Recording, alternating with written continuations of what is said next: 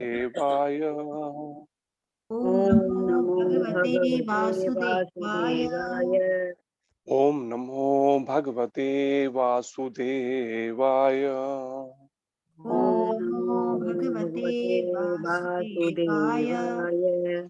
ओम अज्ञानतिमिरान्धस्य ओम अज्ञानतिमिरान्धस्य अज्ञानतिमिरान्धस्य ज्ञानाञ्जनशलाकया ज्ञानाञ्जनशलाकया चक्षुरुन्मीलितं येन चक्षुरुन्मीलितं येन तस्मै श्रीगुरुवे नमः।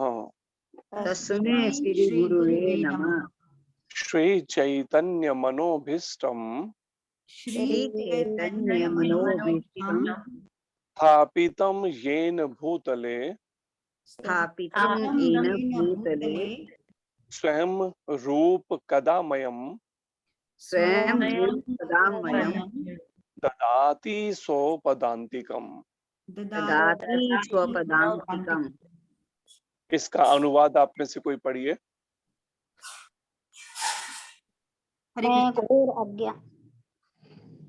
मैं घोर अज्ञान के अंधकार में उत्पन्न हुआ था और मेरे गुरु ने अपने ज्ञान रूपी प्रकाश से मेरी आंखें खोल दी। मैं उन्हें सादर प्रणाम करती हूँ। श्रील गुरु रूप गोस्वामी प्रभुपाद कब मुझे अपने चरण कमलों में शरण प्रदान करेंगे, जिन्होंने इस जगत में भगवान चैतन्य की इच्छा की पूर्ति के लिए प्रचार योजना मिशन की स्थापना की है। हरे कृष्णा प्रभु जी। हरे कृष्ण। आगे दोहराइए। वंदे अहम श्री गुरु वंदे अहं श्री गुरु श्रीयुत पद कमलम श्रीयुतपद कमलम श्री गुरुम वैष्णवांश्च श्री गुरुन् वैष्णवाश्रम श्री रूपम साग्र जातम श्री रूपम साग्र जातम सहगण रघुनाथान्वितम तम सजीवम सहगण रघुनाथान्वितं तं संजीवम सजीवम सजीवम साद्वैतम सावधूतम सादीपम सावधूतम परिजन सहितम परिजन परिजन सहितम श्री कृष्ण चैतन्य देवम कृष्ण चैतन्य देवम श्री राधा कृष्ण पादान श्री राधा कृष्ण पादान सहगण ललिता सहगण ललिता श्री विशाखान्वितांश्च। श्री विशाखान्विताश्च। अनुवाद पढ़िए आप। कोई भक्त पढ़िए। और हरे कृष्णा प्रभु जी। वंदिता माता जी पढ़िए। जी माता जी, हरे कृष्णा। मैं अपने गुरु के चरण कमलों को तथा समस्त वैष्णवों के चरण कमलों को नमस्कार करता हूँ। मैं श्रील रूप गोस्वामी तथा उनके अग्रज सनातन गोस्वामी एवं साथ ही रघुनाथ दास, रघुनाथ भट्ट, गोपाल भट्ट एवं श्रील जीव गोस्वामी के चरण कमलों को सादर नमस्कार करता हूँ। मैं भगवान श्री कृष्ण चैतन्य तथा भगवान श्री नित्यानंद के साथ साथ अद्वैत आचार्य गदाधर श्रीवास तथा अन्य पार्षदों को सादर प्रणाम करता हूँ। मैं श्रीमती राधा रानी तथा श्री कृष्ण को श्री ललिता तथा श्री विशाखा सखियों सहित सादर नमस्कार करता हूँ। हरे कृष्णा प्रभु जी।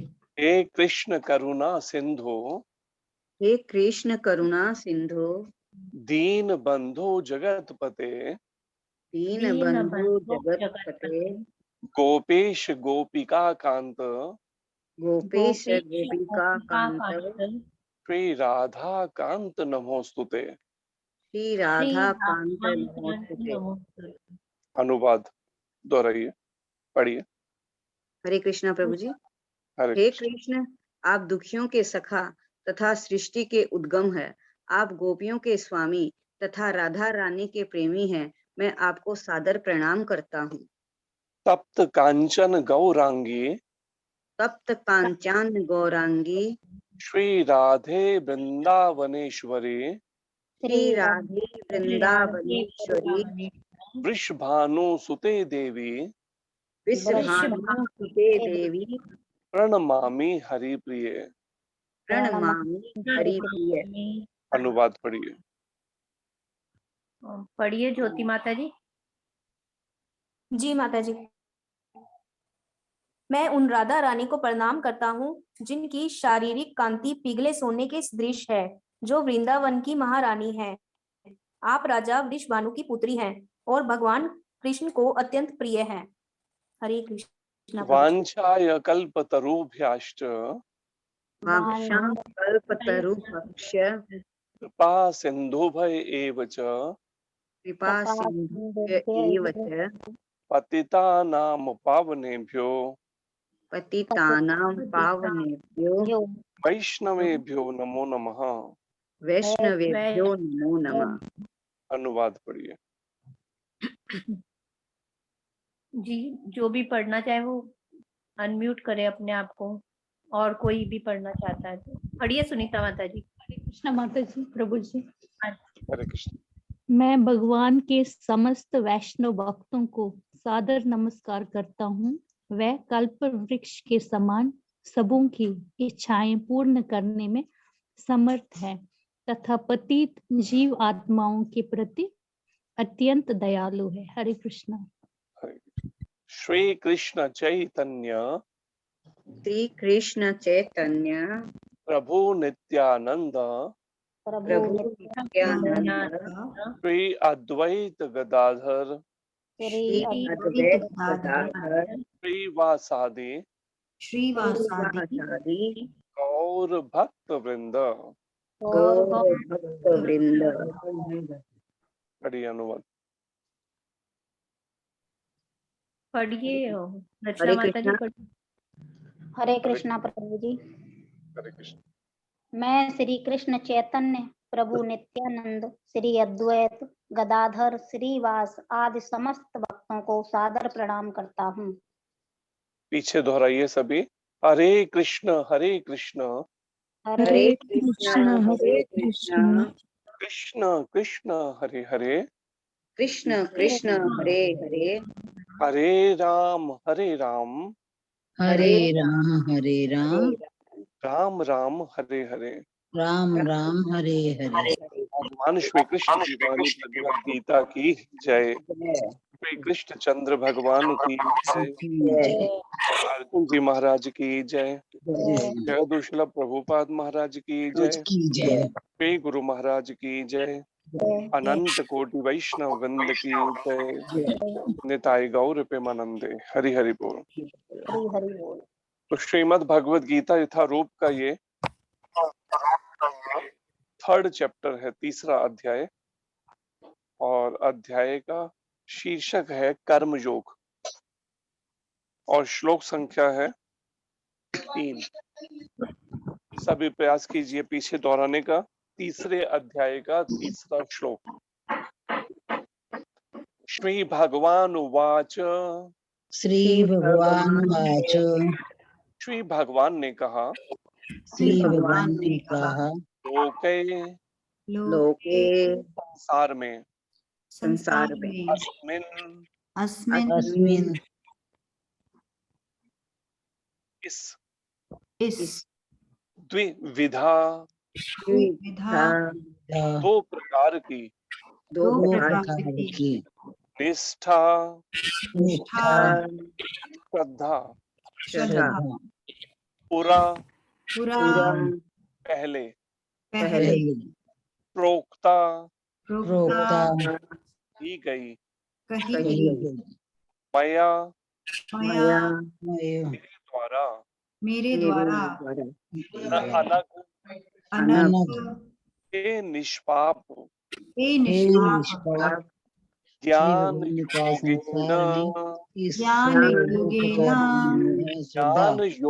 द्वारा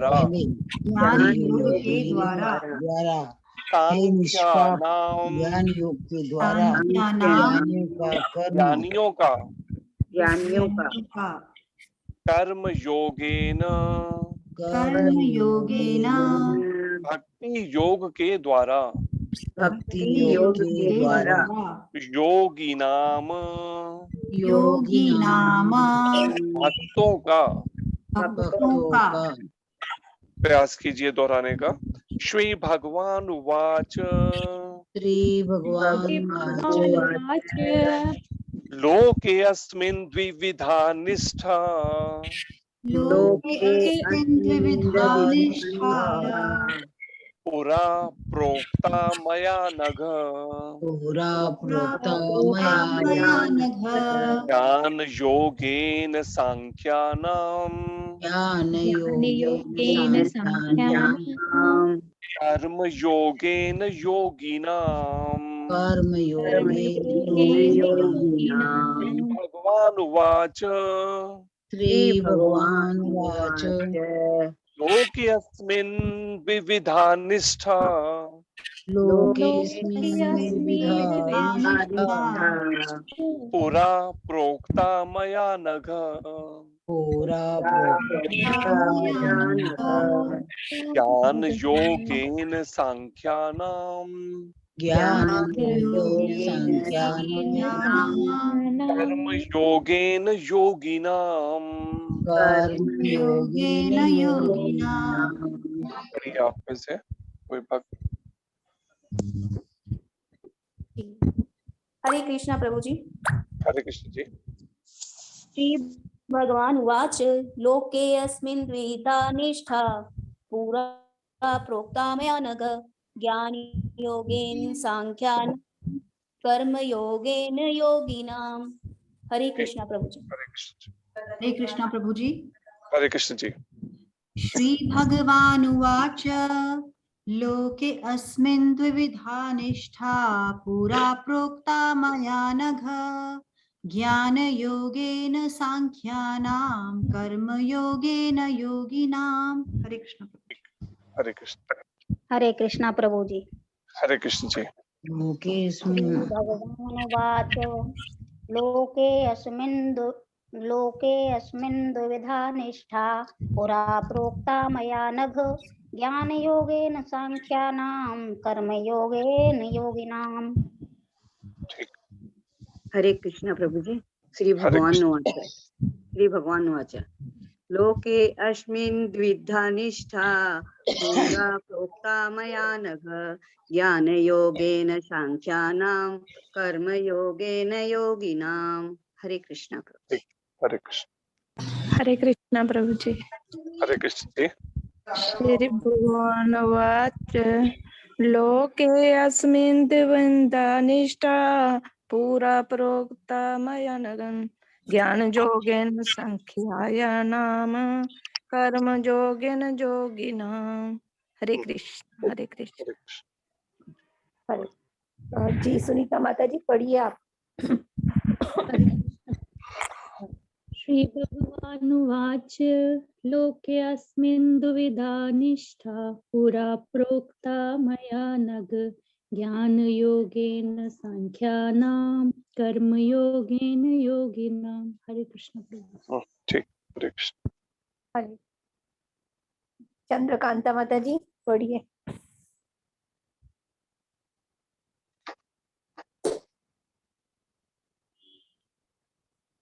जी प्रभु जी। अनुवाद दोहराइए सभी।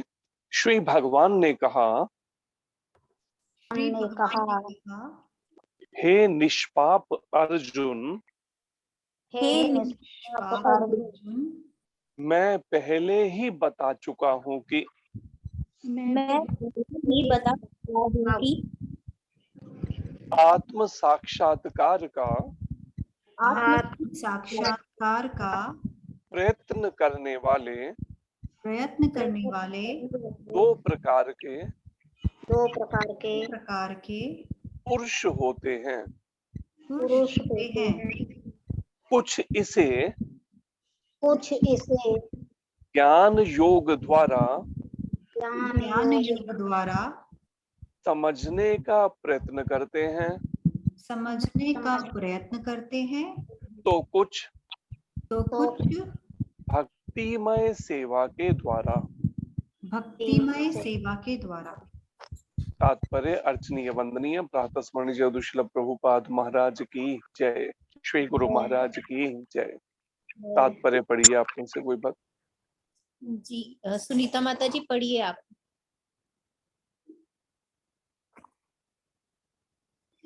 फास्ट अनम्यूट कीजिए प्लीज।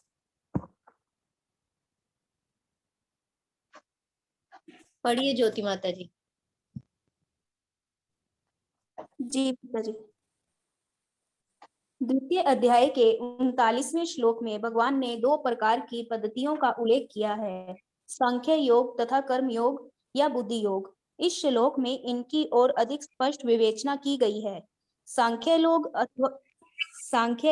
अथवा आत्मा तथा पदार्थ की प्रकृति का वैश्लेषिक अध्ययन उन लोगों के लिए है जो व्यवहारिक ज्ञान तथा दर्शन द्वारा वस्तुओं का चिंतन एवं मनन करना चाहते हैं। दूसरे प्रकार के लोग कृष्ण भावनामृत में कार्य करते हैं, जैसा कि द्वितीय अध्याय के 61वें श्लोक में बताया गया है। 61वें श्लोक में बताया गया है। 39वें श्लोक में भी भगवान ने बताया है कि बुद्धि योग या कृष्ण भावनामृत के सिद्धांतों पर चलते हुए मनुष्य कर्म के बंधनों से छूट सकता है तथा इस पद्धति में कोई दोष नहीं है। 61वें श्लोक में इसी सिद्धांत को और अधिक स्पष्ट किया गया है कि बुद्धि योग पूर्णतः ब्रह्म विशेषतः कृष्ण पर आधारित है, आश्रित है और इस प्रकार के समस्त इंद्रियों को सरलता से वश में किया जा सकता है। अतः दोनों प्रकार के योग धर्म तथा दर्शन के रूप में अन्योन्य आश्रित है। दर्शन विहीन धर्म मात्र भावुकता या कभी कभी धर्मांधता है और धर्म विहीन दर्शन मानसिक ऊहापोह है। अंतिम लक्ष्य तो श्री कृष्ण है, क्योंकि जो दार्शनिक जन परम सत्य की खोज करते रहते हैं वे अंततः कृष्ण भावनामृत को प्राप्त होते हैं। इसका भी उल्लेख भगवद गीता में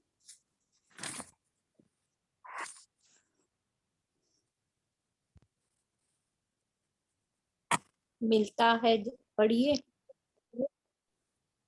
मिलता है। संपूर्ण पद्धति का उद्देश्य परमात्मा के संबंध में अपनी वास्तविक स्थिति को समझ लेना है। इसकी अप्रत्यक्ष पद्धति दार्शनिक चिंतन है, जिसके द्वारा क्रम से कृष्ण भावनामृत तक पहुंचा जा सकता है। प्रत्यक्ष पद्धति में कृष्ण भावनामृत में ही प्रत्येक वस्तु से अपना संबंध जोड़ना होता है। इन दोनों में कृष्ण भावनामृत का मार्ग श्रेष्ठ है, क्योंकि इसमें दार्शनिक पद्धति द्वारा इंद्रियों को विमल करना नहीं होता। कृष्ण भावनामृत समय ही शुद्ध करने वाली प्रक्रिया है और भक्ति की प्रत्यक्ष विधि सरल तथा दिव्य होती है। हरे कृष्णा प्रभु जी। हरे कृष्ण जी। तो ये आज के इस श्लोक में श्रीमद् भगवद गीता यथारूप के 3 अध्याय के 3 श्लोक में भगवान कृष्ण अर्जुन के प्रश्न का कह सकते हैं, जिज्ञासा उसका उत्तर दे रहे हैं। अर्जुन ने कहा था कि आपने जो मुझे उपदेश दिए उससे मेरी बुद्धि मोहित हो गई है। ऐसे में आपके उपदेशों के कई कई अर्थ निकलते हैं। कभी आप कर्मयोग कर्म करने के लिए कहते हैं, कभी आप कर्मों के फल को त्यागने को कहते हैं, कभी अनासक्त होकर कर्म करने को कहते हैं, कभी आप बुद्धि योग की बात करते हैं। तो मैं मोहित हो रहा हूं, मेरे को समझ नहीं आ रहा कि वास्तव में आप मुझसे चाहते क्या हैं। लेकिन सच्चाई ये है कि वास्तव में भगवान के इन सब का जो कर्म योग है, बुद्धि योग है, अनासक्त होकर कर्म करना है, कर्म के फल का त्याग करना, उसके पीछे एक ही उद्देश्य निकलने वाला है। क्या? भगवान कृष्ण के प्रति शरणागत हो जाना।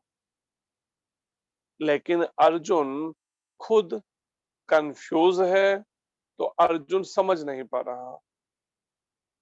इसलिए अर्जुन भगवान कृष्ण से प्रश्न करता है कि सर्वाधिक श्रेयस्कर क्या है, सबसे अधिक भलाई का कार्य क्या होगा मेरे लिए सबसे अधिक भला। तो श्री भगवान का आज के श्लोक में इस कहते हैं भगवान कृष्ण अर्जुन को, हे निष्पाप अर्जुन। अब विचार कीजिए इस बात से, जिन अर्जुन का भगवान कृष्ण और अर्जुन एक ही रथ पर हैं और अर्जुन प्रश्न कर रहा है, वास्तव में अर्जुन अपने लिए प्रश्न तब करता है जब अर्जुन भी पापग्रस्त होता है या बहुत सारे उससे अधर्म, पाप, अनीति, हिंसा या कुछ ऐसे कर्म हुए होते हैं। यहाँ पर भगवान कृष्ण का अपने मुखारविंद से अर्जुन के लिए ये संबोधन, ये शब्द कहना, हे निष्पाप अर्जुन, ये बताता है कि अर्जुन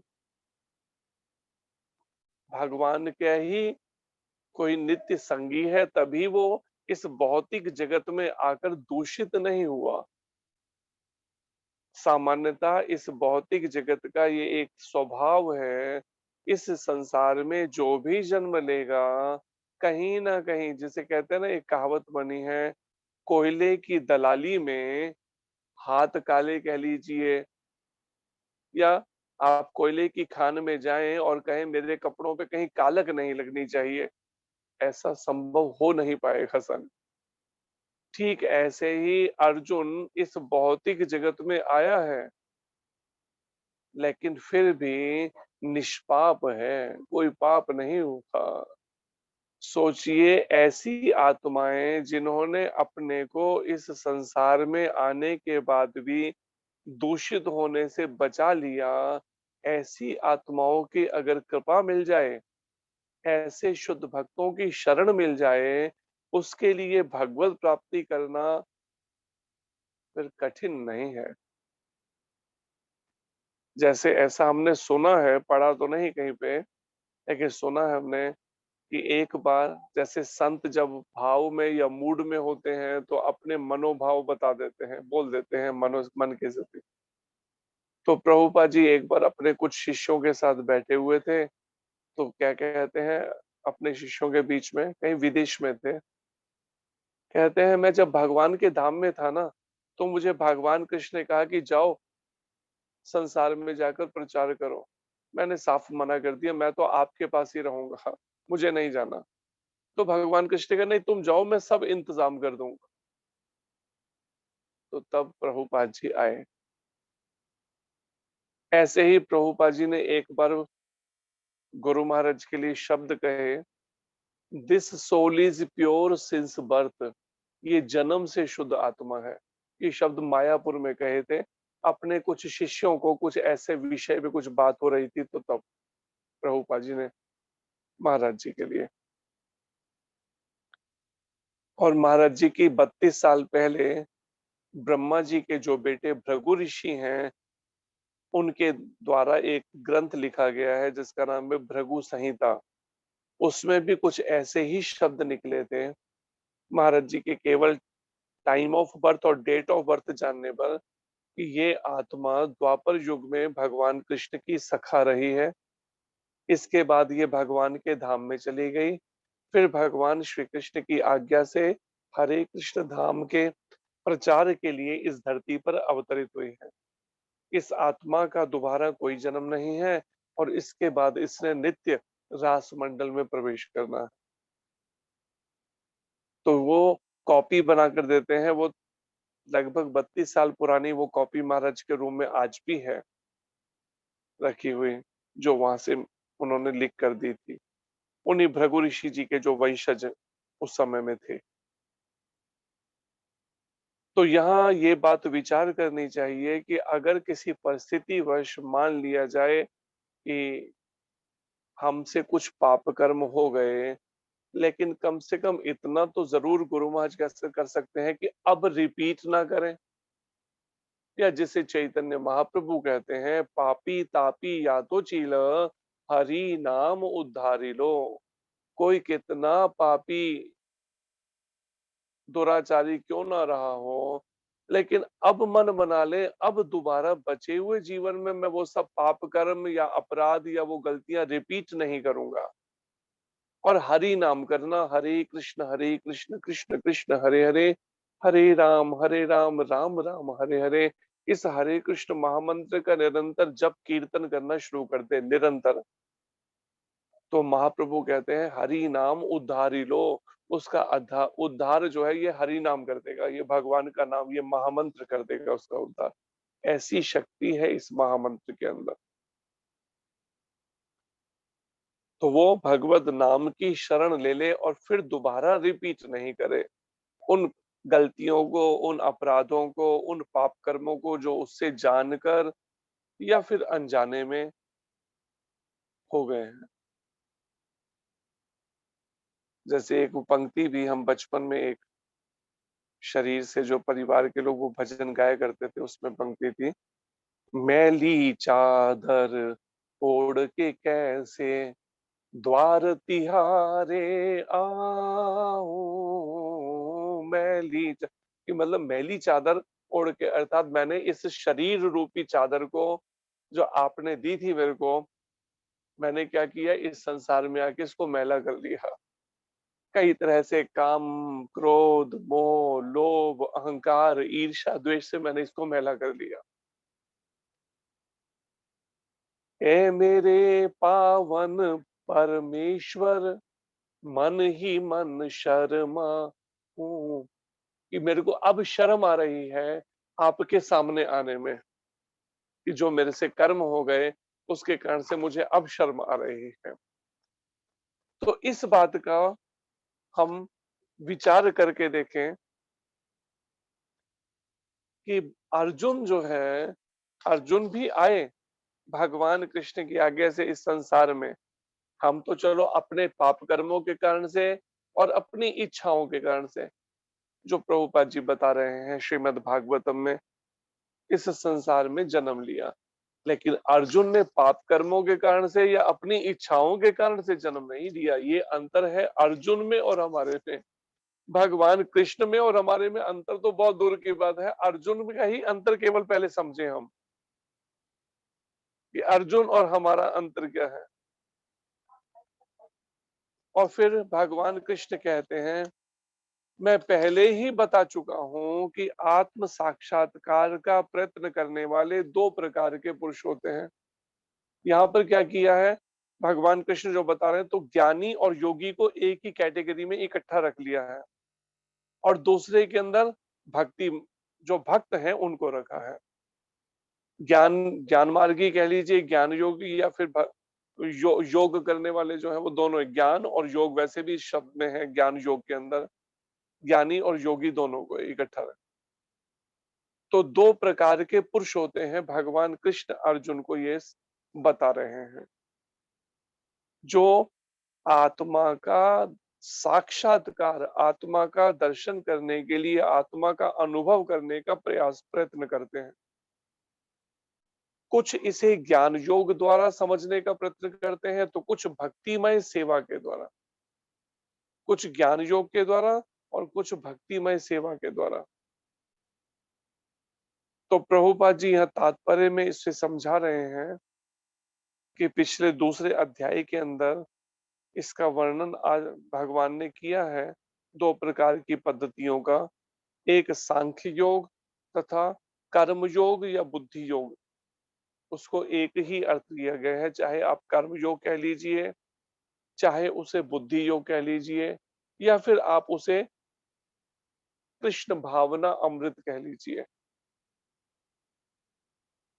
तो यहाँ पर एक बात विचारने वाली ये है कि संसार में अलग अलग तरह की विचारधारा के लोग हैं। जैसे किसी को ध्यान लगाना पसंद है, तो किसी को भक्ति करने में रुचि है, किसी को हठ योग में रुचि है, और शरीर को बड़ा तपाना कठोर से कठोर। जैसे पहले भी हमने बताया था, कुंभ के मेले में हम महाराज जी के साथ गए, तो एक महात्मा जो है उनसे महाराज जी ने कहा गाड़ी रोको। हमने गाड़ी रोकी तो गाड़ी में से ही महाराज ने बात की उन महात्मा से।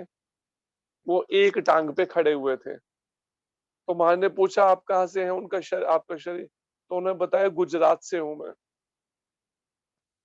और कब से खड़े हैं एक टांग के ऊपर, कहते लगभग 18 साल हो गए हैं एक टांग पे खड़े हुए। बताइए, 18 साल से बैठे नहीं, लेटे नहीं, एक लोहे का कोई आगे सरिया जैसे जैसे होता है उसके ऊपर सहारा लेके खड़े हो, पाइप के ऊपर सहारा लेके। थोड़ा और गाड़ी आगे बढ़ाई तो कुंभ के मेले में तो ऐसे कई महात्माओं के दर्शन होते हैं। तो एक और महात्मा देखे, उन्होंने अपनी एक बाजू ऊपर कर रखी है, पता नहीं कितने सालों से 15 साल से, 20 साल से, कितने साल से वो बाजू बिल्कुल सूख गई है, केवल हड्डी के ऊपर एक परत ही है मांस की बस, क्योंकि खून का दौरा ब्लड गया ही नहीं, क्योंकि पता नहीं कब से ऊपर है बाजू। ये है हठ योग जिसे कहते हैं, हठ करके मतलब उसको योग करना। इस तरह से गीता के अंदर कर्म योग, ध्यान योग, अष्टांग योग, भक्ति योग, संन्यास योग, कई सारे योगों का वर्णन है। लेकिन भगवान कृष्ण ने समझाने के लिए इसको दो भागों में बांट दिया, एक ज्ञान योग और दूसरा बुद्धि योग या कर्म योग या भक्ति योग। लेकिन अब कोई कहे नहीं मेरी तो ज्ञान योग में रुचि है, मेरी भक्ति में रुचि नहीं है, लेकिन फिर यहाँ पर स्वयं भगवान कृष्ण खुद बता रहे हैं कि द्वापर के अंत में ये गीता सुनाई जा रही है अर्जुन को, क्योंकि भगवान बता रहे हैं कि मैंने पहले सतयुग में ये सूर्य देव को मैंने सुनाई थी, लेकिन वो गुरु परंपरा लुप्त हो गई। सूर्य देव ने राजा मनु को, जो मनुष्य जाति का पहला राजा धरती पे था सतयुग में, फिर मनु जो है राजा मनु, उन्होंने अपने आगे राजा इक्ष्वाकु को, लेकिन परंपरा टूट गई।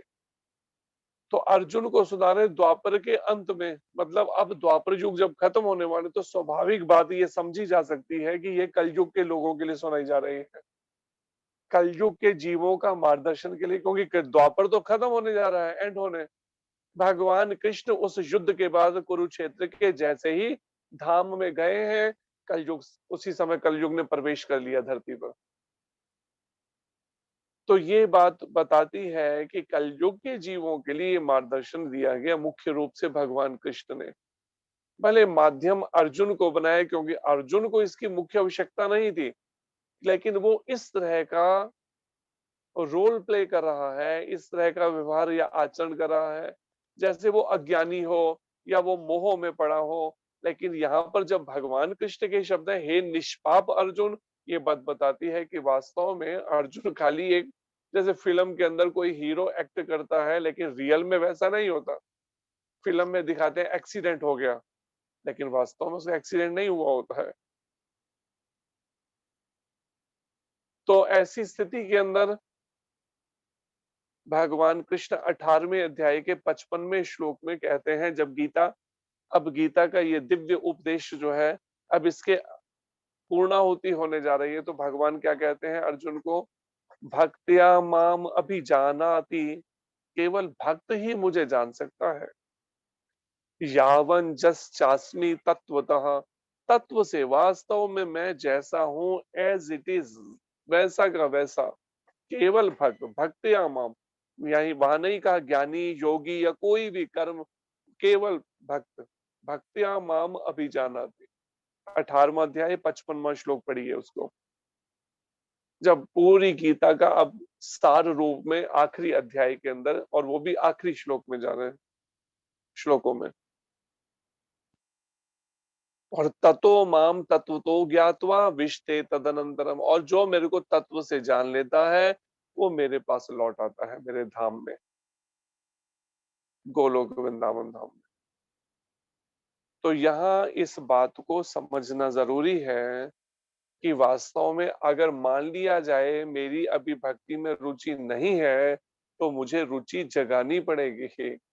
क्यों जगानी पड़ेगी? क्योंकि भगवान कृष्ण खुद बता रहे हैं कि सबसे सुगम वो तरीका ही है। या तो हो ना हमारे पास में 1000, 2000, 5000, 10,000 साल उम्र हो, तो फिर चलो समझ आता है, चाहे हमें सुगम ना भी हो तो हम तो करेंगे ज्ञान योग ही, या कोई और योग का ही तरीका अपनाए, या कोई और ही तरीका अपनाए, हठ योग अपनाए या कुछ। लेकिन कलयुग की उम्र भगवान वेद व्यास जी भी बता रहे हैं और हमारे सामने भी है। 100 साल मिनिमम एज जो बताई गई कलयुग के अंदर व्यक्ति की, वो 100 साल भी नहीं दिख रहे।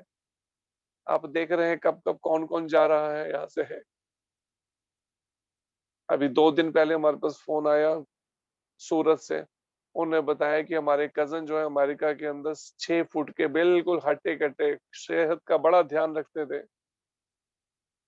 43 ईयर 43 साल के शरीर छोड़ दिया, हार्ट फेल हो गया, हार्ट अटैक हो गया, कुछ ऐसा। अब ऐसी स्थिति में विचार कीजिए कि हम कोई अगर पथ भक्ति से हटकर अपनी मन मर्जी से करना चाहें तो क्या रास्ता तय हो पाएगा फिर? जब 100 साल या 50 साल भी करना मुश्किल हो रहा है, एवरेज 50, 55, 60 या 70, बहुत ज्यादा तो कोई 80 तक पहुंचे, नहीं तो पहले ही जा रहा है। इसलिए और फिर वही बात भगवान कृष्ण के भक्त के रूप में अवतार जब आए चैतन्य महाप्रभु इस कलयुग में 535 साल पहले होली के दिन वेस्ट बंगाल में, तो उन्होंने भी फिर यही बात कही, भगवान कृष्ण वाली बात को रिपीट किया 18वें अध्याय के 55वें श्लोक के।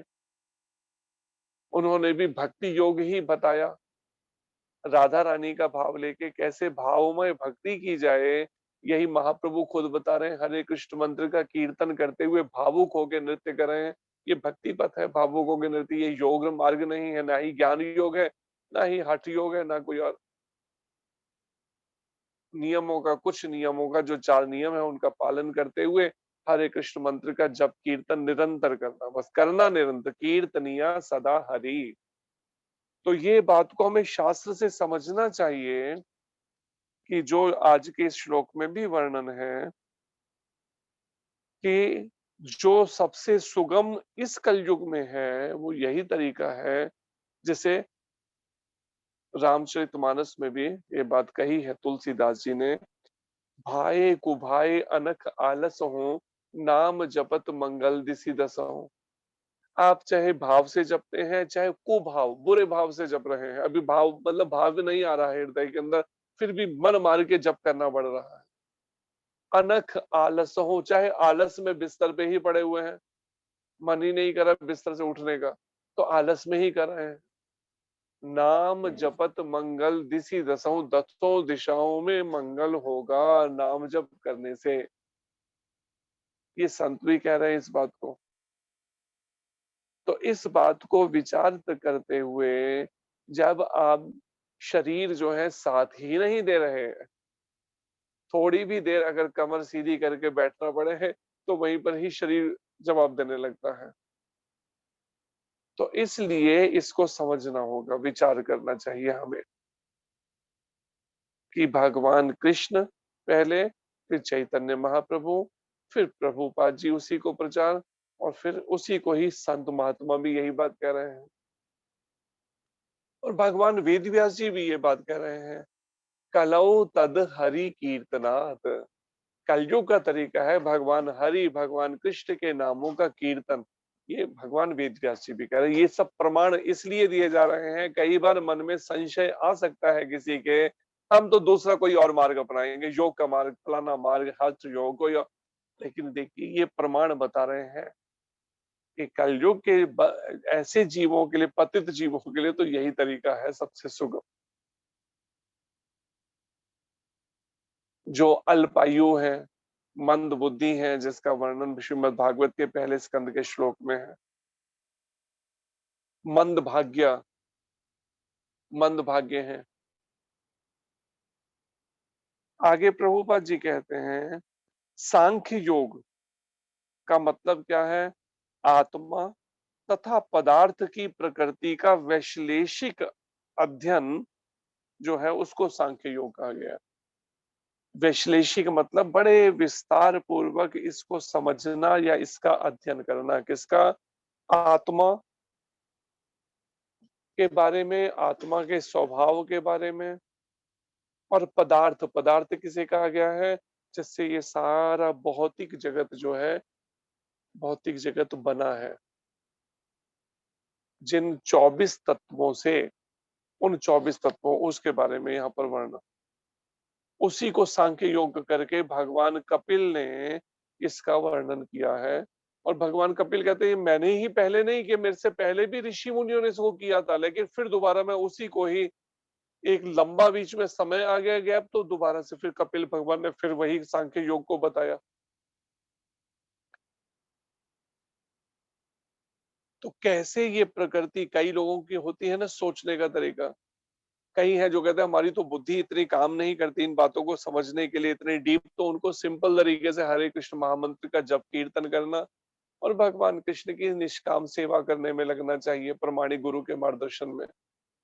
लेकिन जिनकी समझ जो है पूर्व जन्मों का कुछ इस तरह की सोच से ही वो आए हैं कि वो सरलता से ये महामंत्र का जप करना, हरे कृष्ण मंत्र का, या इसमें उनकी नहीं रुचि है, तो उनके लिए सांख्य योग बताया गया कि वो अपनी बुद्धि को लो लगाओ, इसके अंदर जितनी बुद्धि लगानी है, कैसे ये तत्व, इन तत्वों से कैसे सृष्टि बनती है, रचते कैसे फिर एक समय तक रहती है, फिर कैसे इसमें प्रलय से सब तत्व 24 के 24 फिर ये तत्व उसमें वापस अपने तत्वों में चले जाते हैं, विश्रांति लेते हैं। आत्मा का स्वभाव क्या है, आत्मा का साइज क्या है, तो ऐसे विषयों की चर्चा जो है वो सांख्य योग उन लोगों के लिए प्रभुपाद जी कहते हैं जो व्यवहारिक ज्ञान तथा दर्शन द्वारा वस्तुओं का चिंतन एवं मनन करना चाहते हैं, जो केवल भगवान भगवान के नाम के द्वारा भगवान को जानने में न लगकर उसको व्यवहारिक रूप में और अधिक डीप जाके बारीकी से उसको शब्दों को करना चाहते हैं, इस ज्ञान के पद से ज्ञान मार्ग या दर्शन फिलोसॉफिकल तरीके से जानना चाहते हैं, तो वेदों में इसका विस्तार से वर्णन है। चारों वेद हैं ही विस्तृत इस तरह के, व्यक्ति पूरा पूरा जीवन लगा देता है इसी में उलझ के रह जाता है। हमें भी दिल्ली में एक मिले व्यक्ति, कहते हैं मैं आपको वेद दूंगा, आप वेद पढ़िएगा। कहते काफी बुजुर्ग थे, पूरी उम्र लगा दी उन्होंने वेदों को करते हुए, लेकिन ईश्वर का रूप भी होता है ये बात स्वीकार नहीं कर पाए, उसी में उलझ कर रह गए, वेदों की व्याख्याओं में ही उलझ कर। आर्य समाज के काफी बड़े थे लेकिन इसी में उलझे रह गए साल। दूसरे प्रकार के लोग कृष्ण भावना अमृत में कार्य करते हैं। फिर प्रभुपाद जी कहते हैं एक तो हो गई ये ज्ञान मार्गी कह लीजिए, ज्ञानी या योगी, जो इस सांख्य योग के द्वारा आत्मा और पदार्थ की प्रकृति, पदार्थ कहते हैं उन सब तत्वों को जैसे जिनसे ये प्रकृति ये सारी सृष्टि रची गई है, पंच महाभूत हैं, और जो पहले भी बताए गए इसके बारे में कि 5 ज्ञानेंद्रियां, 5 कर्मेंद्रियां, 5 इंद्रिय विषय, मन, बुद्धि और अहंकार और प्रकृति के तीनों गुण, इन 24 तत्वों का विश्लेषण, इसको समझना वेदों में जो मार्गदर्शन उसके अनुसार। लेकिन दूसरे प्रकार के लोग प्रभुपाद जी कहते हैं वो कृष्ण भावना अमृत, कृष्ण भावना में भगवान श्री कृष्ण की भावना रूपी अमृत में कार्य करते हैं कि अपने सभी कार्य जो हैं दिनचर्या के 24 घंटे के, मुझे भगवान कृष्ण की भावना, भगवान कृष्ण की प्रसन्नता के लिए करने, मन का सोचना, मन का इच्छा करना, वाणी का बोलना, शरीर के कर्म। और फिर आगे प्रभुपाद जी कहते हैं कि भगवान ने बताया है 39वें श्लोक में दूसरे अध्याय के कि बुद्धि योग या कृष्ण भावनामृत, कि बुद्धि के माध्यम से भगवान से जुड़ना या फिर भगवान कृष्ण की भावना से भावित होकर कृष्ण भावना अमृत के सिद्धांतों पर चलते हुए मनुष्य कर्म के बंधनों से छूट सकता है। जो ये कर्म के बंधन है जिन्होंने जीवों को उलझा के रखा हुआ है, सभी को ऐसा उलझाया है कि कितने भी प्रयास करने के बाद में पिछले कर्मों का फल अभी भोग रहे हैं और अब नए कर्म तैयार होते जा रहे हैं। कितना भी हम कोशिश कर रहे हैं इस कर्मों के चक्र से बच पाए, लेकिन बच नहीं पा रहे। इसलिए प्रभुपाद जी कहते हैं इस अगर कर्मों के इस फेर से बचना चाहते हैं चक्र से, कि अब और अधिक कर्मों का फल भोगने के लिए इस भौतिक जगत पे बार बार ना आना पड़े, तो तरीका क्या है? कृष्ण भावना अमृत में कर्म करना, अर्थात भगवान श्री कृष्ण की प्रसन्नता के लिए अपने सारे कर्म करना निष्काम भावना से। फिर बदले में सकाम नहीं होना। सकाम जहां फल की इच्छा की, समझो फिर बंध गए कर्म बंधन में। कर्मों के फल भोगने आना पड़ेगा, अच्छे और बुरे, चाहे पुण्य कर्म हो चाहे पाप कर्म हो। प्रभुपाद जी कहते हैं हथकड़ी जेल के अंदर कोई कैदी है, उसको आप चाहे सोने की हथकड़ी लगाओ चाहे लोहे की हथकड़ी, बात तो एक ही है ना। हथकड़ी तो हथकड़ी है।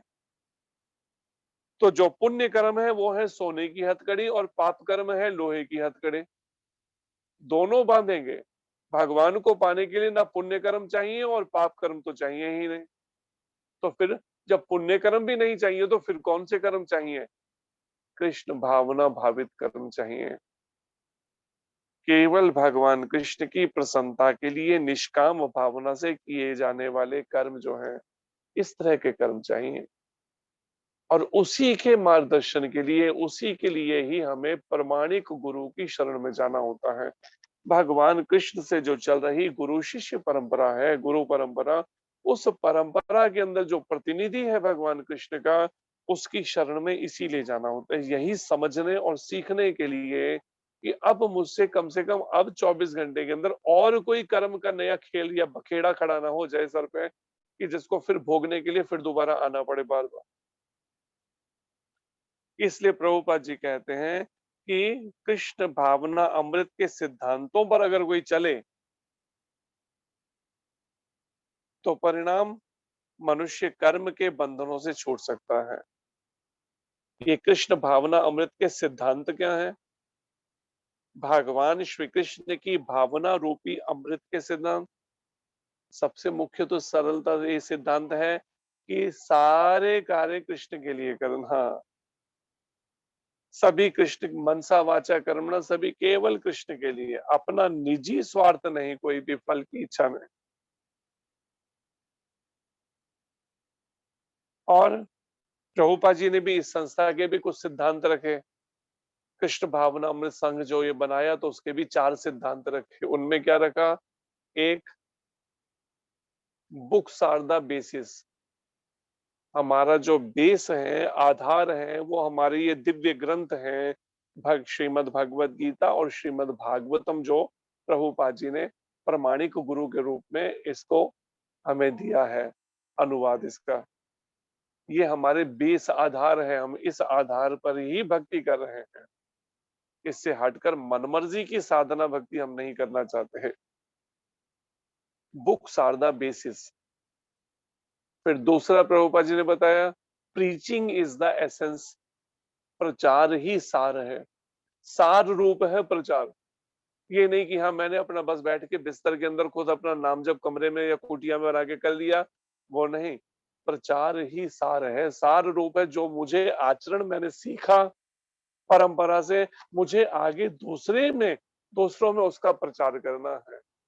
चाहे वो परिवार के बीच में हम रह रहे हैं तो उनके बीच में, समाज में रह रहे हैं तो समाज के, और कहीं भी जहां भी हम जिससे जा रे देखो तारे कहो कृष्ण उपदेश, जिससे मिले उससे कृष्ण, भगवान कृष्ण की ये भक्ति का उसे उपदेश करना है, खुद आचरण करना है, उन्हें प्रचार करना है। तो books are the basis, preaching is the essence, प्रचार ही सार। तीसरा, प्योरिटी इज द फोर्स। हमारी जो शक्ति है वो पवित्रता है, शुद्ध। तो पवित्रता का, शुद्धि का पालन करना बड़ा जरूरी है। तो एक नए भक्त भी आए अभी यहाँ उधमपुर मंदिर, तो उनको कॉपी पे लिखवाए सारे पॉइंट, तो उन्होंने लिखे तो उनको लगा वाकई इन नियमों का पालन करेंगे तो इससे पवित्रता का पालन हो जाएगा पूरी तरह, जो महाराज जी से हमने सीखे शुद्धि के नियम। जैसे एक आध अगर बताएं आपको तो सोच में पड़ जाएंगे। जैसे अगर हम टॉयलेट जाते हैं तो उसमें जो लेफ्ट हैंड है उसको राइट से फिर टच नहीं करते, लेफ्ट को 10 बार केवल साबुन से धोते हैं। फिर दोनों हाथों को 7 बार साबुन से धोते हैं। एक बार साबुन लगाया धोया, दूसरी बार से 17 बार हाथ धोए। उसके बाद 12 बार कुल्ला किया जाता है, उसके बाद स्नान किया जाता है। ये शुद्धि कही गई है। टॉयलेट के बाद। अन्न खाते हैं तो 16 बार कुल्ला करने का विधान है। इस तरह से लघु शंकर जाते हैं यूरिनल के लिए, तो उसके बाद में पैर धोने होते हैं। लेफ्ट हैंड एक बार साबुन से, दोनों हाथ एक बार कुल्ला करना होता है 4 बार। इस ऐसे शुद्धि के नियम शास्त्र में वर्णन है। प्योरिटी इज द फोर्स, शुद्धता। और प्रभुपाद जी कहते हैं एक है बाह्य शुद्धि, ये है बाह्य शुद्धि, और दूसरी है आंतरिक मन की शुद्धि। और मन की शुद्धि किससे होगी? बाहरी शुद्धि होगी, प्रभुपाद कहते हैं स्नान आदि से, और मन की शुद्धि होगी हरे कृष्ण महामंत्र का निरंतर जप कीर्तन करने से। तो प्योरिटी इज द फोर्स, ये तीसरा। और चौथा है यूटिलिटी इज द प्रिंसिपल। हमारा सिद्धांत के हर चीज का यूटिलिटी, उसको भगवान कृष्ण की सेवा में प्रयोग किया जा सकता है। Utility is the principal. Prabhupada ji Vrindavan में ऑफिस में बैठे थे, तो कोई एक किसी संस्था के आए हो, अपना कलयुगी पंथ, और आके कुछ पर्चे दिए प्रभुपाद जी को। स्वामी जी आपके यहाँ तो बहुत लोग आते हैं, इस्कॉन का जो वृंदावन का मंदिर है, तो ये पर्चे उनमें बांट दीजिएगा, हमारा कुछ प्रोग्राम है। महाराज प्रभुपाद जी तो जानते थे ये कलयुगी पंथ है, पर वो बस अब चल पड़े बेचारे, चल रहे हैं अज्ञानतावश और समझना नहीं चाहते। तो प्रभुपाद जी ने ये नहीं कहा उन्हें सुधारने लगे, नहीं, पर्चे रख लिए। जब वो चले गए तो अब कोई प्रभुपाद जी का भक्त बैठा होगा, तो कोई प्रसाद भक्त लेकर आया, देना था, तो प्रसाद किसमें दे? प्रभुपाद ने पर्चों का प्रयोग कर रहा हो, ये पर्चे रखे हुए, कलयुगी पंथ जो था उस पर्चों में, उसमें प्रसाद कर रखे। मतलब किसी भी तरह से हर चीज का। या फिर शिला भक्ति सिद्धांत महाराज जी ने पहली बार शुरुआत करी, सन्यासी जो है बाई एयर ट्रेवल या कार पे भी ट्रेवल कर सकता है, ओवरकोट भी पहन सकता है, कृष्ण की सेवा के लिए कर सकता है, अपने भोगने के लिए नहीं। तो ये यूटिलिटीज द प्रिंसिपल, ये 4 सिद्धांत रखे प्रभुपाद जी ने। तो यहाँ भी सिद्धांतों की बात हो रही है कि कृष्ण भावनामृत के सिद्धांतों पे चलते हुए मनुष्य कर्म के बंधनों से छूट सकता है, कर्म के बंधन से। और इस पद्धति में कोई दोष भी नहीं है। अगर वो भगवान कृष्ण की प्रसन्नता के लिए अपने सारे कर्म करता है, तो उसमें कोई दोष भी नहीं है, कोई दोष नहीं लगेगा, क्योंकि भगवान के लिए कर, वो अपने निजी स्वार्थ के लिए कुछ नहीं कर रहा। और कृष्ण के लिए वो 1 मिनट खाली नहीं बैठेगा, हर समय अपने को व्यस्त रखेगा भगवान कृष्ण की सेवा में। और बुद्धि योग पूर्णतया पर ब्रह्म अथवा विशेषतया कृष्ण पर आश्रित है। जो बुद्धि योग या कृष्ण भावनामृत जो है पूरी तरह से भगवान कृष्ण पर आश्रित है, कि हमारा तो एकमात्र आश्रय भगवान कृष्ण ही है। जैसे एक बच्चा अपनी माता पे आश्रित रहता है, ऐसे भगवान कृष्ण पर आश्रित होना। फिर उसमें कोई और चिंता नहीं फिर है कि कैसे होगा, मेरे खाने का कैसे होगा, मेरे रहने का कैसे होगा, सुविधाओं का। भगवान कृष्ण पर आश्रित होना, यही प्रमाणिक गुरु से सीखने को मिलता है।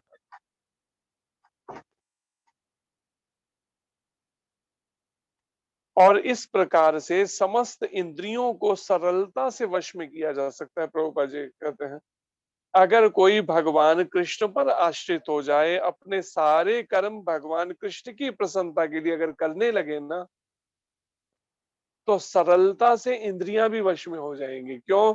जब कृष्ण पर आश्रित हो गया तो कोई भी चीज बिना भोग लगी हुई नहीं खाएगा, कोई भी अपने भोगने के लिए ऐसा कोई अलग से स्वतंत्र कर्म नहीं करेगा अपने निजी भोग के लिए, कृष्ण की अगर से संबंधित अगर नहीं है।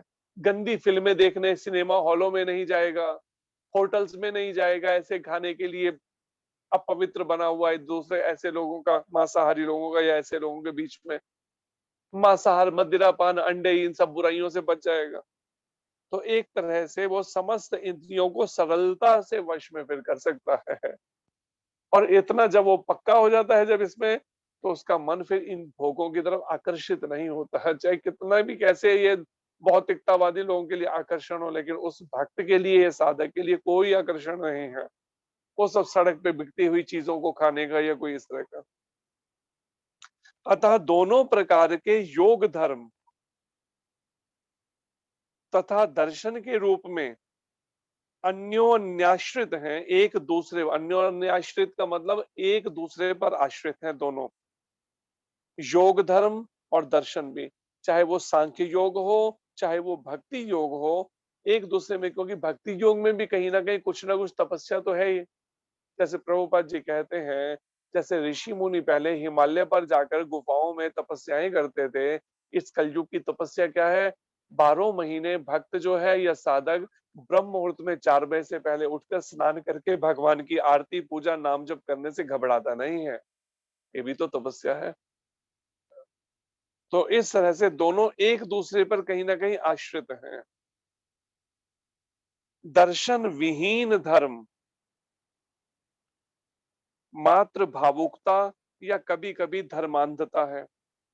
जैसे धर्मांध मतलब लोग अंधविश्वासी बन जाते हैं, या भावुकता ही केवल भावुक हो जाए धर्म को। अगर दर्शन फिलॉसफी के बिना, अगर जो वैदिक ग्रंथों में जैसा बताया गया मार्गदर्शन, उस भक्ति से हटकर मनमर्जी से कोई अगर साधन करना चाहे तो वो फिर भावुकता या धर्मांधता हो जाएगी, अपनी मन मर्जी। कहीं शास्त्र में ऐसा कुछ वर्णन नहीं, अपनी मनगढ़ंत फिलॉसफी के अनुसार चलना, मन के अनुसार साधना करना, जो मेरे मन को अच्छा लगता है हम तो वैसा करेंगे। तो ये यहाँ पे प्रभुपाद जी कहते हैं ये धर्मांधता होगी या मात्र केवल भावुकता। और धर्म विहीन दर्शन मानसिक ऊहापोह है। और धर्म विहीन, अगर बिल्कुल धर्म ही छोड़ दें केवल, जैसे नास्तिकवाद है या इस तरह का, तो वो तो केवल मेंटल स्पेकुलेशन कह लीजिए, केवल दिमाग की मानसिक केवल वो है ऊहापोह, खाली मन की ऐसी फालतू की उधेड़ बुन ही है, समय नष्ट करना। अंतिम लक्ष्य तो श्री कृष्ण है, प्रभुपाद जी कहते हैं।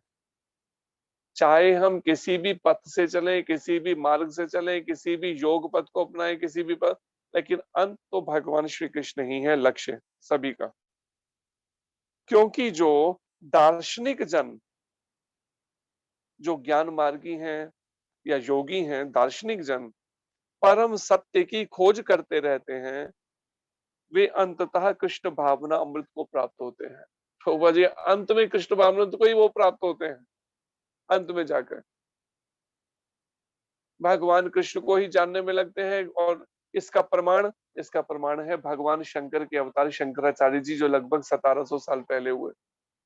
भले ही उस समय नास्तिकवाद फैला हुआ था और उन्होंने उस समय में भले ही वेदों की निराकार के रूप में, निराकार ब्रह्म के रूप में व्याख्याएं की, लेकिन एंड जब किया उन्होंने अपने दिव्य ज्ञान का, भगवान शंकराचार्य ने किस पे किया, भज गोविंदम गोविंदम भज मूढ़मते, एंड इस पे किया। देखिए जाकर यही बात प्रभुपाद जी कह, अंततः कृष्ण भावना वृद्धि में प्राप्त होते हैं वो भी, ज्ञानी और योगी भी। इसका भी उल्लेख भगवत गीता में मिलता है। प्रभुपाद जी कह रहे हैं संपूर्ण पद्धति का उद्देश्य परमात्मा के संबंध में अपनी वास्तविक स्थिति को समझ लेना है। लेकिन जिस संपूर्ण सारी पद्धति जो है, चाहे वो ज्ञान योग हो चाहे भक्ति योग हो, लेकिन उद्देश्य क्या है, परमात्मा से अपने वास्तविक संबंध को, असल में मेरा संबंध परमात्मा से क्या है उसको जानना, और उस आत्मा और परमात्मा के संबंध को या भगवान से अपने रिश्ते को समझना जो है, उसी को ही आज की भी शिक्षाओं में प्रभुपाद जी ने यही बात कही शिक्षा में, उस संबंध को जानने में लगना जो है, एक तरह से भगवान की सेवा में संलग्न हो जाना, यही अपने आप में आत्म साक्षात्कार के पथ पर या मुक्ति के पथ पर ले जाने वाला वास्तविक मुक्ति ये है। भगवान की सेवा में अपने को संलग्न कर देना पूरी तरह से। संपूर्ण पद्धति का उद्देश्य परमात्मा के संबंध में अपनी वास्तविक स्थिति को समझ लेना है। इसकी अप्रत्यक्ष पद्धति दार्शनिक चिंतन है। अगर स्पष्ट नहीं है किसी को अभी, तो इनडायरेक्ट वे से, अप्रत्यक्ष रूप से वो फिलोसॉफिकल तरीके से फिर आ सकता है कि आत्मा परमात्मा के संबंध को, पदार्थ और आत्मा के संबंध, इनको समझते हुए, शरीर आत्मा परमात्मा के संबंध को समझते हुए, इस तरीके दार्शनिक चिंतन या सांख्य योग के माध्यम से फिर वो आ सकता है, जो सीधे तरीके से अगर नहीं भगवान की भक्ति करता, जिसके द्वारा क्रम से कृष्ण भावना में तक पहुंचा जाता है, एक एक स्टेप करते हुए प्राइमरी से सेकेंडरी, हायर सेकेंडरी ऐसे करके एक करते वो कृष्ण भावनामृत तक पहुंचा जा सकता है। फिर ऐसे लोग भी अंत में जैसे ईश्वर के जो पहले रूप को नहीं मानते, तो भगवान कृष्ण कहते हैं गीता में, उन आत्माओं को भी कभी मैं मौका देता हूँ किसी वैष्णव या ब्राह्मण घर में जन्म लेके भक्ति करने का। तो यही बात यहाँ प्रभुपाद जी कह रहे हैं कि वो क्रम से फिर धीरे धीरे बढ़ते हुए कृष्ण भावना तक पहुंचते हैं। अगर सीधे इसको नहीं समझ पाते, अभी ऐसी स्थिति नहीं, पूर्व जन्मों का उतना नहीं है उनका भी समझ वैसी, इसलिए वो इसी तरीके से आते हैं, फिर दार्शनिक चिंतन से होते हुए अपना समय लगाते हुए उसमें। एक ही जन्म, कुछ जन्म, जितना अब वो लगाए उनके ऊपर है, हर जीव के ऊपर। इन दोनों में से कृष्ण भावना अमृत का मार्ग श्रेष्ठ है, प्रभुपाद जी कह रहे हैं, जो भगवान कृष्ण ने भी कहा 18वें अध्याय के 55वें श्लोक में कि भक्ति योग श्रेष्ठ। कृष्ण भावनामृत का मार्ग श्रेष्ठ है क्योंकि इसमें दार्शनिक पद्धति द्वारा इंद्रियों को विमल नहीं करना होता, कि उन सब वैदिक तरीके से पहले इंद्रियों को विमल या शुद्ध किया जाए, पवित्र किया जाए, वो मेहनत नहीं करनी होती कृष्ण भावनामृत। क्या मतलब हुआ इसका कि वो मेहनत नहीं करनी होती? कि ज्ञान ज्ञान मार्गी जो है वो क्या करते हैं, मन से सारे बुरे विचारों को दूर करने के लिए काम, क्रोध, मोह, लोभ, अहंकार के क्या करते हैं, एकांत में जाके पता नहीं कितना कितना समय लगाते हैं। फिर वो मौन व्रत लेंगे, एकांत की वास करेंगे, कई तरह से सब संसारिक जीवन से बिल्कुल कट ऑफ कर लेते हैं, जंगलों में चले जाएंगे, पहाड़ों में चले, हिमालय पे चले जाएंगे, ऐसे तरह की तपस्याएं करते हैं। लेकिन वहीं पर ही जो भक्त है वो क्या करता है, इन सब वासनाओं को मन से निकालने की मेहनत ना करके क्या करता है, हरे भगवान के नाम का निरंतर जप करके अपने हृदय की शुद्धि करता है। जिसे चैतन्य महाप्रभु ने कहा, कृष्ण सूर्य सम, माया है अंधकार। भगवान कृष्ण की या भगवान कृष्ण का नाम जो है वो सूर्य के समान है, और माया जो है, जो नश्वर ये संसार, ये अंधकार की तरह है। ये सब काम, क्रोध, मोह, लोभ, अहंकार, ईर्ष्या। जहां कृष्ण तहां नहीं मायार अधिकार। जहां पर सूर्य होगा वहां पर अंधकार नहीं रह सकता। ऐसे ही जहां भगवान कृष्ण होंगे वहां पर ये सब वासनाएं नहीं रह सकती। तो निरंतर का नाम जप करने का जो है, और भगवान की निष्काम सेवा में अपने को व्यस्त करना, इससे क्या होगा, अपने आप ही वो सब विकार, वो सब दोष, वो सब ऐसा संग जो है उससे दूर हो जाने पर, और मार्गदर्शन में जब हम प्रमाणी गुरु के चलेंगे तो इससे अपने आप ही बच जाएंगे, हमें अलग से मेहनत नहीं करनी पड़ेगी। तो प्रमाणिक गुरु यही करता है, उसको इन सब से दोषों से बचाता हुआ उसको कैसे भक्ति की जाए उसमें एंगेज, बार बार एंगेज करता है भगवान कृष्ण की भक्ति और निष्काम सेवा, नाम जप में। तो इससे एक स्वाभाविक रूप से उन दोषों से वो बच जाता है, इन सब दोषों से जो आज समाज में फैले हुए हैं। होटलों में जाना, फिल्में देखना गंदी, उससे मन को दूषित कर लेना, इन सब से बच जाता है वो।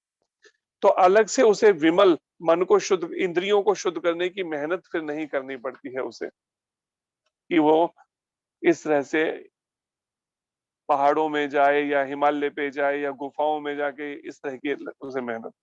और आखिर में प्रभुपाद जी कहते हैं, कृष्ण भावना अमृत स्वयं ही शुद्ध करने वाली प्रक्रिया है। ये अपने आप में है ही शुद्ध करने वाली प्रक्रिया, इंद्रियों को, मन को, बुद्धि को। और भक्ति की प्रत्यक्ष विधि सरल तथा दिव्य है। जो ये प्रत्यक्ष विधि है जो चैतन्य महाप्रभु ने बताई, हरे कृष्ण महामंत्र का कीर्तन और प्रमाणिक गुरु के मार्गदर्शन में भगवान कृष्ण की निष्काम सेवा में लगना, मन वाणी कर्म से, ये एक सरल और दिव्य है। ये बात आज के इसमें वर्णन है।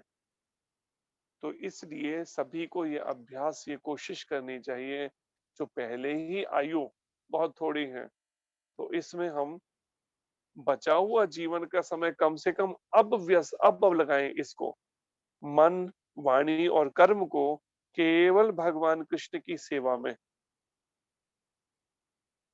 प्रभुपाद जी के इस मार्गदर्शन अनुसार, जिससे और कोई हमसे अब कोई और ऐसा कर्म ना कमाए, अन्न दोष, भूमि दोष या इस तरह का कोई फिर संग के, जिससे परिणाम में फिर मन मैला हो सके। तो ये अभ्यास है भक्ति मार्ग का। हरे कृष्णा। धन्यवाद आपका। कोई प्रश्न हो तो कर सकते हैं आप में से। हरे कृष्ण प्रभु जी, बहुत बहुत धन्यवाद आपका।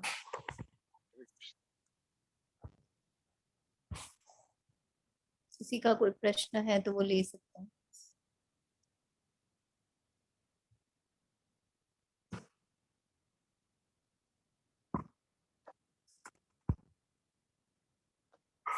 जी प्रभु जी, कोई प्रश्न नहीं है। इसलिए इसको अगर प्रश्न नहीं है तो सीरियसली सबको कोशिश इसका अभ्यास करना चाहिए। चाहे कैसी भी परिस्थितियों में हमें रहना पड़े, अपने अपने कर्मों से भले हमें जो भी परिस्थितियां मिली हैं, लेकिन जीभ से हरे कृष्ण मंत्र का निरंतर जप करने का अभ्यास करना, ये तो हर एक के लिए संभव है। हो सकता है हर समय माला हाथ में कोई ना रखने दे, परिवार में ऐसी स्थिति हो, लेकिन जीभ से तो नाम जप कर सकता है ना वो। हाथ से कार्य करते हुए मंत्र बंद ना हो, इसका अभ्यास करें। मन बार बार विचारों में भटकाना चाहेगा, लेकिन इसको बार बार भगवान के नाम जप में लगाना, यही प्रैक्टिस है, यही अभ्यास है कि जीभ से नाम छूटे नहीं। अगर ये अभ्यास हम करते हैं तो इससे भी तरीके से भक्ति पे पथ पे उन्नति कर सकते हैं आध्यात्मिक जीवन में। और फिर जो भी कार्य करना है भगवान कृष्ण की प्रसन्नता, कृष्ण के लिए करना है, इस भाव को मुख्य रखना होगा। हरे हरे कृष्ण। कृष्ण। जी प्रभु जी, अगर हम किसी को प्रसाद सर्व कर रहे हैं, अगर उस टाइम पे माला करते हैं, तो क्या लेफ्ट हैंड से सर्व कर सकते हैं या नहीं करना चाहिए उस टाइम पे? कोशिश करनी चाहिए राइट से ही करें तो ज्यादा अच्छा है, क्योंकि शास्त्र के नियमों को जानबूझ के भंग करना, अपने लिए कभी करना हो तो एक अलग बात है, किसी परिस्थिति में मजबूरी में कर सकते हैं, लेफ्ट से हम कुछ ले लें इस समय, लेकिन दूसरे को सर्व करने से अगर करें, उससे क्या होगा, अगर हम ऐसा करेंगे तो सामने वाले तो तैयार बैठे हैं ना, बच्चे, और वो इस बात को पालन करने के, वो उसका मनगढ़ंत अर्थ निकाल के, वो चाहे नाम जप ना भी कर रहे हो, लेकिन बाएं हाथ से नकल करने में एक्सपर्ट हो जाएंगे जरूर। इसलिए समाज में कोई विकृति फैले, बुराई फैले, तो इसलिए उससे बचना ही ज्यादा अच्छा है कि जरा सी देर के लिए माला को साइड पे रोका और वो डाल के फिर उसके बाद जरा सा पानी से हाथ धो फिर शुरू कर दिया जप करना।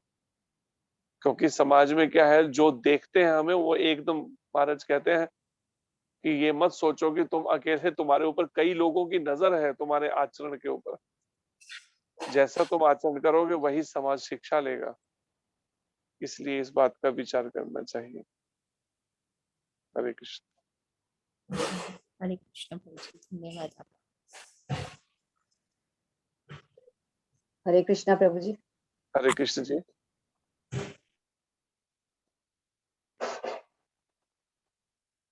और कोई प्रश्न किसी को?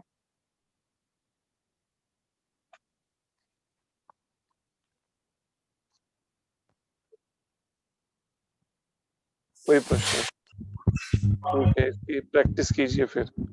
हरे कृष्णा। धन्यवाद आपका। हरि बोल। कल्पतरुभ्यश्च कृपा सिन्धुभ्य एव च पतितानां पावनेभ्यो वैष्णवेभ्यो नमो नमः। अनंत कोटि वैष्णव वृंद की जय। श्री प्रभुपाद की जय। महाराज की जय। संजय व्यास प्रभु जी की जय। निताई गौर प्रेमानंदे। हरि हरि बोल। थैंक यू सो मच प्रभु जी। दंडवत प्रणाम। हरे कृष्णा। हरे कृष्ण जी। हरे कृष्णा प्रभु जी, दंडवत प्रणाम। हरे कृष्ण। हरे कृष्णा प्रभु जी, दंडवत प्रणाम। हरे प्रभु जी दंडवत प्रणाम। जी। हरे कृष्ण। प्रभु जी दंडवत प्रणाम। जी। हरे कृष्ण जी प्रभु जी, मीटिंग एंड करें जी। हरे कृष्ण। ध्यान को नहीं भाई करके देख ले लगा के।